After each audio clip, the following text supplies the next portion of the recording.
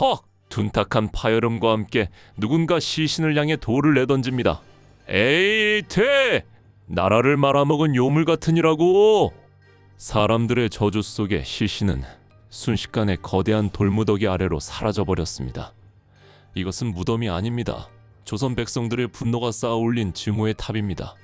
끔찍한 최후를 맞이한 여인, 바로 왕을 삼킨 천민 장녹수입니다. 우리는 흔히 장녹수라고 하면 드라마나 영화의 영향으로 경국지색의 미모를 가진 여인을 상상하곤 합니다. 젊고 아름다운 여자가 늙은 왕을 홀리는 클리셰, 익숙하시죠? 하지만 역사의 기록, 조선왕조실록이 말하는 진실은 우리의 상상을 보기 좋게 배신합니다. 실록은 장녹수의 외모에 대해 아주 냉정하게 기록하고 있습니다. 얼굴은 중인 정도를 넘지 못했다. 쉽게 말해 예쁘기는커녕 그냥 평범하거나 그저 그런 얼굴이었단 뜻입니다. 충격적인 것은 외모뿐만이 아니었습니다. 그녀가 연산군을 처음 만났을 때 그녀의 나이는 이미 30을 훌쩍 넘긴 상태였습니다. 당시 조선시대의 평균 수명을 고려하면 30이라는 나이는 이미 손자를 봐도 이상하지 않을 적지 않은 나이였습니다. 게다가 그녀는 처녀도 아니었습니다. 가난한 집안에서 태어나 제한대군 집의 노비와 결혼해 아들까지 낳은 자식 달린 유부녀였죠. 자, 여기서 냉정하게 분석해봅시다. 당시 연산군은 20대의 젊고 혈기 왕성한 왕이었습니다. 절대 권력을 가진 왕이 마음만 먹으면 조선 팔도의 내로라 하는 양반 가문의 교수들과 꽃다운 10대 미녀들을 얼마든지 취할 수 있었습니다. 실제로 궁궐에는 그런 미녀들이 줄을 서 있었습니다. 그런데 왕은 왜 도대체 무엇이 아쉬워서 나이도 많고 얼굴도 평범하고 신분도 천한의 엄마에게 미쳐버렸을까요? 단순히 노래를 잘 부르고 춤을 잘 춰서? 아니면 남자를 홀리는 기술이 뛰어나서? 물론 실록에는 그녀가 노래를 부르면 맑은 기운이 맴돌았고 춤을 추면 마치 선녀 같았다는 기록이 있긴 합니다. 하지만 단지 예능감 하나로 왕의 마음을 훔치고 국정을 농단했다는 건 설명이 부족합니다. 이 미스터리를 풀기 위해서는 우리는 겉으로 드러난 미색이 아니라 연산군의 마음속 깊은 곳에 뚫려있던 거대한 구멍, 결핍을 들여다봐야 합니다.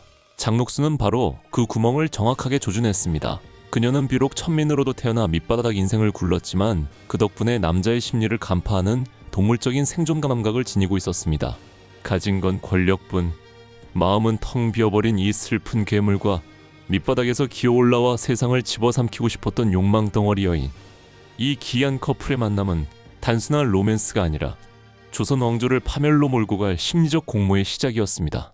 연산군, 그는 태어날 때부터 비극의 주인공이었습니다. 어머니 패비윤 씨가 아버지 성종에 의해 사약을 받고 피를 토하며 죽어갈 때 어린 융의 가슴속에는 씻을 수 없는 트라우마가 새겨졌습니다.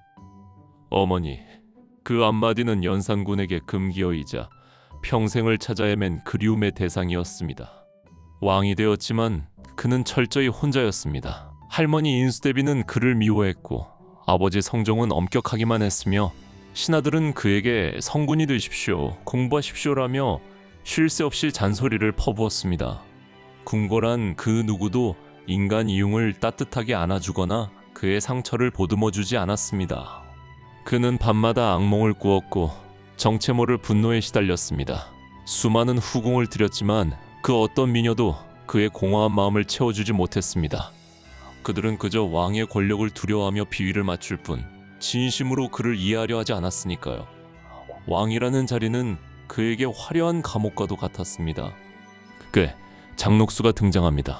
제한대군의 집안 노비였던 그녀가 어떻게 왕의 눈에 들었는지는 정확하지 않으나 연산군은 그녀를 보자마자 단번에 빠져들었습니다. 앞서 말했듯 그녀는 늙고 평범했습니다.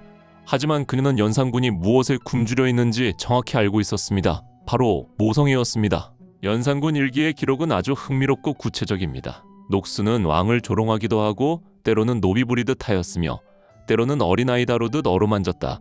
이게 상상이 가시나요? 서슬퍼런 조선의 국왕에게 천한 노비 출신 여자가 반말을 하고 이름을 부르고 심지어 노비 부리듯 막 대했다는 겁니다. 보통의 왕이라면 당장 목을 쳤겠지만 연산군은 달랐습니다. 오히려 장녹수가 너라고 부르며 하대할수록 그녀의 품에 더 깊이 파고들었습니다. 장녹수는 연산군에게 단순한 후궁이 아니었습니다. 그녀는 연산군이 잃어버린 엄마의 대역이었습니다.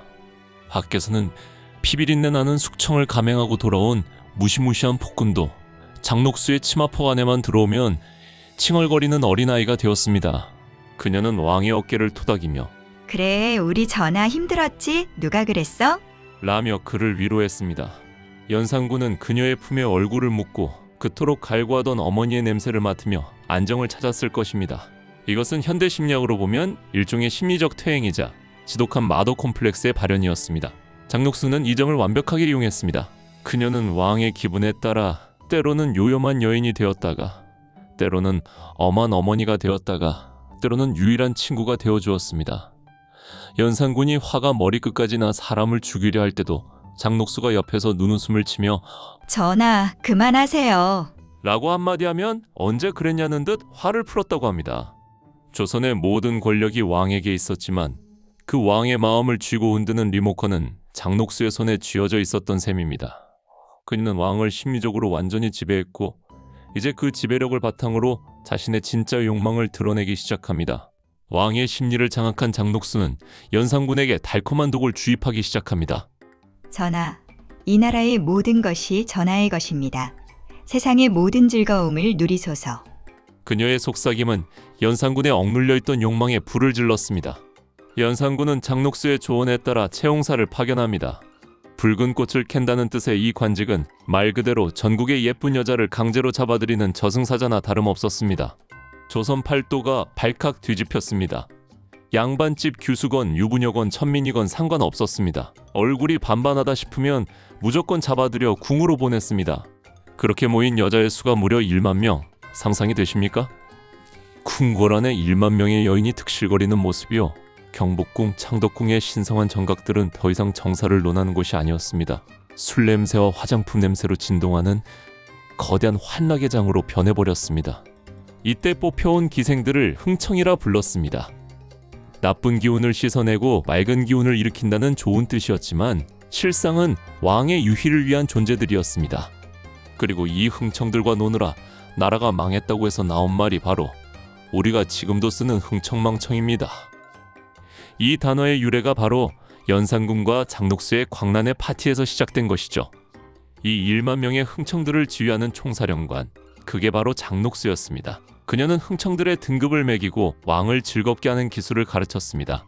그녀는 종사품 수건이라는 첩지를 받았지만 그 위세는 중전마마를 능가했습니다. 왕비 신씨조차 장녹수의 눈치를 봐야 했고 정승 판서들도 장녹수에게 잘 보이기 위해 그녀의 집 앞에 줄을 섰습니다. 그들의 사치는 숫자로 보면 더 충격적입니다. 실록에 따르면 매일 밤 열리는 연회 한 번에 소 10수마리가 도축되고 수백 가마니의 쌀이 사라졌다고 합니다. 장녹수의 치마 한 벌 가격이 중인 계급의 집 몇 채 값에 달했고 그녀가 쓰는 화장품과 장신구는 전부 명나라에서 수입한 최고급품이었습니다. 연산군은 장녹수를 위해 국고를 물쓰듯 썼습니다. 나라 곳간이 비어가자 연산군은 훈구파 대신들의 재산을 뺐고 그것도 모자라 백성들에게 가혹한 세금을 걷었습니다. 궁궐 밖에서는 백성들이 흉년과 수탈에 시달려 나무 껍질을 벗겨먹고 흙을 파먹는데 궁궐 담장 안에서는 웃음소리와 노랫소리가 끊이지 않았습니다. 이 극명한 대비, 이것이 바로 연산군 시대의 지옥도였습니다. 장녹수는 여기서 멈추지 않았습니다. 그녀는 자신의 본가를 다시 짓고 싶다고 연산군에게 말했습니다. 그러자 연산군은 인근 민가 수십 채를 강제로 철거하고 그 땅을 장녹수에게 주었습니다. 하루아침에 집을 잃고 쫓겨난 백성들의 통곡 소리가 하늘을 찔렀지만 장녹수는 그 터 위에 세워진 화려한 누각에서 연산군과 술을 마셨습니다. 그녀에게 조선이라는 나라는 그저 자신과 왕을 위한 거대한 놀이터에 불과했습니다. 장녹수의 권력이 정점에 달했을 때 그녀는 단순한 후궁이 아니라 그림자 왕비 혹은 비선실세 그 자체였습니다. 그녀의 권세가 얼마나 대단했는지 보여주는 유명한 일화가 실록에 기록되어 있습니다. 어느 날 한양의 한 상인이 길을 가다 장녹수의 하인과 시비가 붙었습니다. 하인이 워낙 거만하게 굴자 참다 못한 상인이 한마디 했습니다. 네, 주인이 왕의 총애를 믿고 설치는데 건불 10년이라 했다. 두고 보자. 이 말은 곧바로 장녹수의 귀에 들어갔습니다. 장녹수는 즉시 연산군에게 달려가 눈물을 흘리며 고자질했습니다. 전하, 저작거리의 천한 장사치가 저를 능멸하고 전하까지 욕보였습니다. 이는 왕권을 무시하는 처사입니다. 결과는 어땠을까요? 재판, 조사, 그런 건 없었습니다. 연산군은 묻지도 따지지도 않고 그 상인을 잡아들여 목을 베어버렸습니다. 그리고 그 목을 장대 위에 매달아 놓고 이렇게 써붙였습니다. 감히 장녹수를 능멸하는 자는 이렇게 될 것이다. 이 사건 이후 한양 시내에서 장녹수의 이름은 공포 그 자체가 되었습니다. 그녀의 하인들조차 정승 판서들에게 반말을 찍찍 내뱉어도 아무도 뭐라 할 수 없었습니다. 국가의 공권력이 한 여인의 사적인 복수 도구로 전락해버린 것입니다. 장녹수는 인사권까지 개입했습니다. 돈을 싸들고 온 자에게는 벼슬을 주었고 빈손으로 온 자는 파직시켰습니다. 심지어 뇌물의 액수에 따라 벼슬의 높낮이가 결정되었습니다. 실록에는 뇌물이 장녹수의 집에 산처럼 쌓여 썩어가는 냄새가 날 지경이었다라고 기록되어 있습니다. 그녀의 집 창고에는 금은 보화는 물론이고 전국 각지에서 올라온 진귀한 특산물로 발 디딜 틈이 없었습니다. 심지어 그녀는 옥새를 마음대로 사용했습니다. 왕의 허락도 없이 옥새를 찍어 공문서를 위조하고 국고를 횡령해 자신의 개인 재산을 불렸습니다. 연산군은 이를 알면서도 묵인했습니다. 아니, 오히려 녹수가 하고 싶은 대로 다 하라며 부추겼습니다. 정상적인 국가 시스템은 완전히 붕괴되었습니다. 신하들은 왕의 눈치가 아니라 장녹수의 눈치를 받고 백성들은 왕보다 장녹수를 더 무서워했습니다. 하지만 공포정치가 길어질수록 그 칼끝은 서서히 그들을 향해 돌아오고 있었습니다. 가장 결정적인 사건은 연산군이 자신의 할머니인 인수대비와 언쟁을 벌이다가 머리로 들이받아 죽게 만든 폐륜 사건이었습니다. 유교 국가 조선에서 용납될 수 없는 마지노선을 넘은 것입니다. 신하들은 겉으로는 고개를 숙였지만 뒤에서는 은밀하게 칼을 갈기 시작했습니다. 폭군을 몰아내야 한다. 저 요부를 죽여야 한다. 궁궐 밖에서는 왕을 갈아치우자는 벽서가 나붙기 시작했고 민심은 들끓는 용광로처럼 폭발 직전이었습니다. 장녹수도 바보는 아니었습니다. 그녀는 동물적인 감각으로 자신의 끝이 다가오고 있음을 직감했습니다. 어느 날부터인가 그녀는 연산군이 없는 곳에서 깊은 한숨을 내쉬거나 멍하니 허공을 응시하는 일이 잦아졌습니다. 화려한 비단옷 속에 감춰진 그녀의 몸은 공포로 떨리고 있었을지도 모릅니다. 하지만 멈추기엔 너무 멀리 와버렸습니다. 그녀는 브레이크가 고장난 전차처럼 파멸을 향해 더 미친 듯이 질주했습니다. 1506년 9월, 운명의 날이 밝았습니다. 박원종, 성희안을 필두로 한 반정군이 칼을 빼들었습니다. 중종 반정입니다. 폭군을 패하고 나라를 바로 세운다. 반정군은 파죽지세로 궁궐을 향해 진격했습니다. 궁궐을 지키던 군사들조차 반정군에게 길을 터주었습니다. 연산군과 장녹수를 위해 목숨을 바칠 사람은 아무도 없었기 때문입니다. 반정이 일어나기 며칠 전 실록에는 기이하고도 슬픈 기록이 남아있습니다. 연산군과 장녹수가 마지막 연애를 즐기던 날 장녹수가 갑자기 눈물을 흘리며 연산군에게 이렇게 말했다고 합니다. 전하, 훗날 태평성대가 오더라도 저를 잊지 말아 주십시오. 연산군 역시 그 말을 듣고 함께 눈물을 흘렸다고 합니다. 어쩌면 두 사람은 알고 있었을 겁니다. 자신들의 이 광란의 파티가 곧 끝날 것이며 그 끝은 비참한 죽음뿐이라는 것을요. 반정군이 들이닥치자 연산군은 저항 한번 제대로 못해보고 옥새를 내어주었습니다. 그는 강화도로 유배를 떠났고 그곳에서 화병으로 2달 만에 쓸쓸하게 생을 마감합니다. 하지만 장녹수의 최후는 훨씬 더 끔찍했습니다. 반정군은 장녹수를 나라를 망친 원흉으로 지목하여 즉결 처형을 결정했습니다. 그녀는 군기시 앞으로 끌려갔습니다. 수많은 백성이 그녀의 죽음을 보기 위해 구름대처럼 몰려들었습니다. 형장에 끌려 나온 장녹수의 모습은 의외로 담담했습니다. 그녀는 마지막 순간까지도 화려한 화장을 지우지 않았고 고개를 꼿꼿이 들고 있었습니다. 자신의 죄를 뉘우치는 기색은 전혀 없었습니다. 오히려 자신을 욕하는 백성들을 비웃는 듯한 싸늘한 미소를 머금고 있었다고 전해집니다. 칼날이 허공을 가르고 처형이 집행되었습니다. 그러자 구경하던 백성들이 우르르 몰려나왔습니다. 그들은 시신을 향해 미친 듯이 돌과 기와장을 던지며 소리쳤습니다. 나라를 망친 요물이다. 저 더러운 몸뚱이에 돌을 던져라. 내 가족을 죽인 원수다. 얼마나 많은 돌을 던졌는지. 순식간에 시신 위로 돌무덤이 만들어졌습니다. 그녀가 평생 쌓아올린 권력의 탑은 금은보화였지만 그녀가 남긴 마지막 탑은 백성들의 저주가 담긴 차가운 돌덩이들이었습니다. 연산군과 장녹수, 어머니의 사랑을 갈구했던 결핍된 남자와 그 결핍을 파고들어 세상을 가지고 놀았던 욕망의 여자. 두 사람의 사랑은 세계의 로맨스였을까요? 아니면 서로를 파멸로 이끈 악마의 계약이었을까요? 분명한 것은 권력에 취해 백성의 눈물을 외면한 자들의 말로는 결코 아름다울 수 없다는 것입니다. 장녹수의 돌무덤은 500년이 지난 지금도 우리에게 서늘한 경고를 보내고 있는 듯합니다. 오늘 늦은 밤 역사는 여기까지입니다. 만약 연산군이 장녹수를 만나지 않았더라면, 혹은 장녹수가 그 힘을 선하게 썼더라면 조선의 역사는 어떻게 바뀌었을까요?